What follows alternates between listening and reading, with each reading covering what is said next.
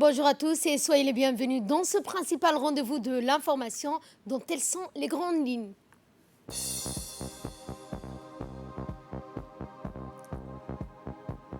Douzième conférence des présidents de l'Assemblée et section de la région Afrique qui se tient à Kigali, au Rwanda. Et l'Agence européenne des médicaments approuve le vaccin Pfizer-BioNTech pour les 12-15 ans.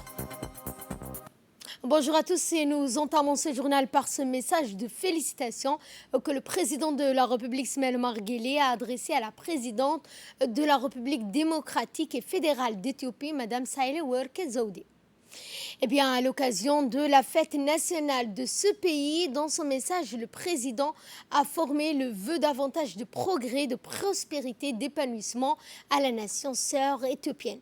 Le peuple et le gouvernement de Djibouti se joignent à moi pour exprimer leur sympathie et fraternité au peuple frère, amis et voisins d'Éthiopie, a écrit le président de la République qui a salué le profond renouveau démocratique, économique, social, gage de développement durable, entériné dans ce pays frère sous le leadership éclairé du Premier ministre Abiy Ahmed Ali. Il a ensuite saisi l'occasion de ce télégramme pour réitérer son attachement à la poursuite des efforts d'intégration économique largement accomplis entre les deux nations.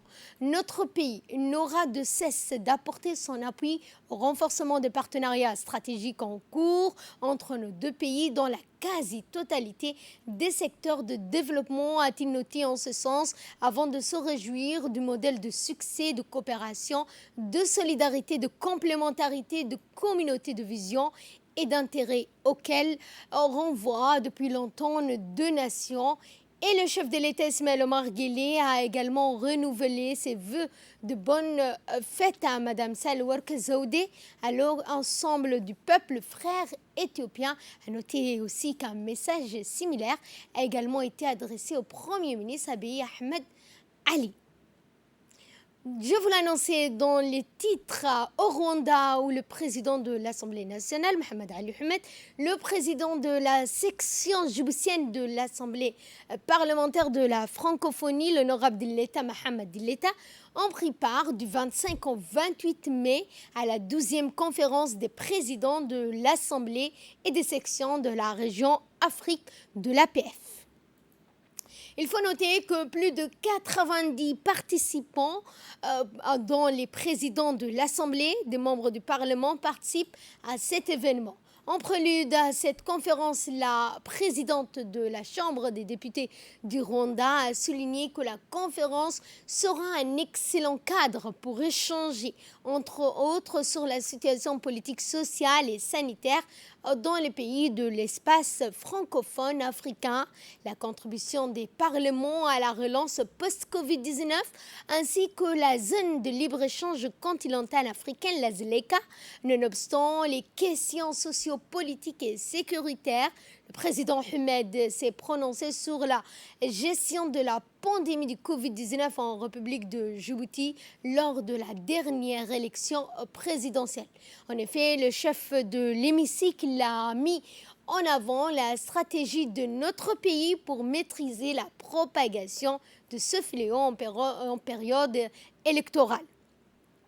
Enfin, la bonne nouvelle de la journée est que la candidature de notre pays, la République de Djibouti, a été retenue pour abriter la 13e conférence des présidents de l'Assemblée et des sections de la région Afrique de l'Assemblée parlementaire de la francophonie, l'APF, en 2022. Et en ce sens, je vous propose de suivre le mot du président de l'Assemblée nationale, Mohamed Ali Ahmed. Nous avons organisé notre élection présidentielle libre et transparente le 9 avril 2021. Pour mémoire, Djibouti est un des rares pays du continent qui autofinance donc toutes ses élections, soit présidentielles, législatives, communales et régionales, et ce, d'une manière séparée. Cette élection s'est déroulée dans le calme et le respect des lois et règlements en vigueur dans notre pays. Plusieurs missions d'observation ont été déployées à travers le pays afin d'observer le déroulement des processus électoraux. Il s'agit notamment donc, de plusieurs organisations internationales, régionales et nationales, donc, avec à la tête la mission de l'Union africaine, de la Ligue arabe, de l'OCI, de l'IGAD ainsi que la société civile. Ces derniers n'ont signalé aucun incident majeur entravant le vote et nous en réjouissons. À l'issue de ces opérations de vote, le candidat sortant, en l'occurrence M. Ismaël Omar Guelleh, a été plébiscité par les urnes face à un candidat indépendant. Conformément à notre Constitution, le président de la République a été investi un mois après le jour des élections. C'est une occasion donc pour moi de remercier toutes les personnalités des hauts rangs des pays amis qui ont assisté à Djibouti à l'investiture de notre président. Et le gouvernement, donc le Premier ministre a présenté sa démission, le gouvernement a été constitué et le président de la République a convoqué l'ensemble du gouvernement ce matin pour le premier conseil des ministres donc, de son mandat. Voilà, je voulais juste partager avec vous, mes chers collègues. Retour à Djibouti où, dans le cadre de la lutte contre le paludisme, le ministère de la Santé vient de lancer son vaste programme de pulvérisation spéciale et de destruction des gîtes larvaires dans la capitale. Menée par l'INSPD, cette vaste campagne de lutte contre antivectorielle sera déployée dans tous les quartiers à travers un planning de pulvérisation spatiale reparti par zone à haut risque palustre. Doté de nouveaux équipements et de plusieurs véhicules à canon pulvérisateur, la colonne roulante de l'INSPD va sillonner les artères de la capitale, des quartiers pour lutter efficacement contre la prolifération de moustiques vecteurs du paludisme. Il faut noter par ailleurs que le nouveau ministre de la Santé, Dr Ahmed Roblé, invite la population à accompagner ses efforts de lutte antivectorielle en facilitant ces opérations de pulvérisation spatiale menées par l'INSPD qui se dérouleront durant 2 semaines dans tous les quartiers de la capitale.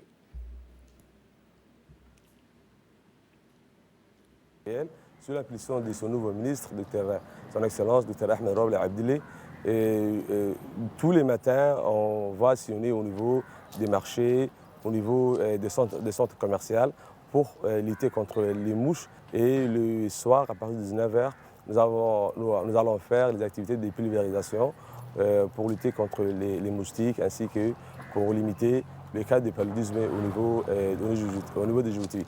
Un planning va être communiqué au niveau de l'RTD pour savoir quels sont les différents quartiers et quels jours ils vont faire ces opérations.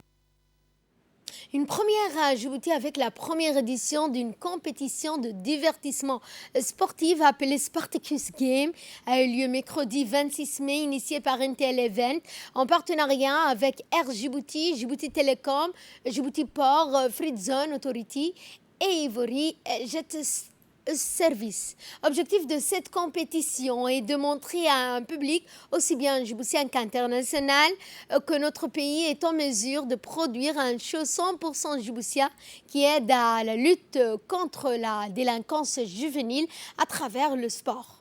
À cet effet, Nil Event est une société événementielle djiboutienne qui veut œuvrer par l'intermédiaire de cette émission pour faire découvrir aux jeunes djiboutiens et à un large public les défis du dépassement de soi à travers un parcours d'obstacles soigneusement préparé dans une tradition des parcours militaires les plus durs au monde.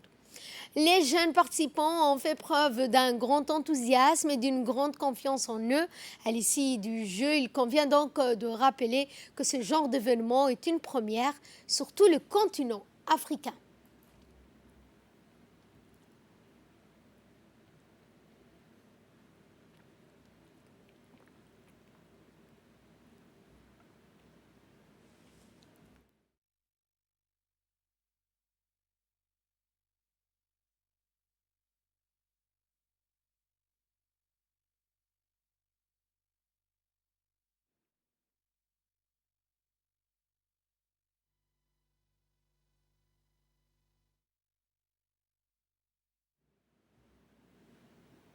Et les enquêteurs de la brigade des quartiers 3, 4, 5 ont saisi dimanche 23 mai d'une affaire sortant de l'ordinaire pour cause, c'est une mosquée qui avait été dépouillée. En effet, avant son décès, il y a tout juste un mois, un imam d'une mosquée de quartier 4 avait mis de côté une somme d'argent assez importante dont le but était de servir au bon fonctionnement de ce lieu de culte. Or, suite à son décès, cette somme d'argent fut découverte par ses proches collaborateurs, tout cadre de cette mosquée, lesquels se sont partagés entre eux cette somme. À ce stade de l'enquête, les OPJistes de la brigade 3, 4, 5 ont procédé à des investigations qui se sont soldées par des perquisitions ayant abouti à la saisie d'une somme numéraire de plus de 5 380 000 francs Djibouti, ainsi que d'un écran plat, d'un climatiseur, d'un haut-parleur, tous achetés avec l'argent volé à la mosquée. Les 4 mises en cause impliquées dans cette affaire ont été placés en garde à vue. Ils ont reconnu avoir partagé cette somme exorbitante, sachant pertinemment qu'il s'agissait d'un fonds destiné à la mosquée. Compte tenu de la gravité des faits, ils ont été traduits devant la justice pour répondre de leurs actes. Le CDC d'Ali Sabi a lancé le 25 de ce mois une formation diplômante en gestion de développement communautaire en présence du préfet Moussa Aden Migane, du vice-président du conseil régional Nour Saïd, de la représentante de la directrice des CDC, Mme Ruqia Hassan, du formateur de l'INAP, Nizar Meissar Mohamed. Cette formation est appuyée donc pour les directeurs et animateurs des CDC des régions de l'intérieur, visant au renforcement des capacités à apprentissage des nouvelles méthodologies aux stagiaires afin d'améliorer leur service à la communauté.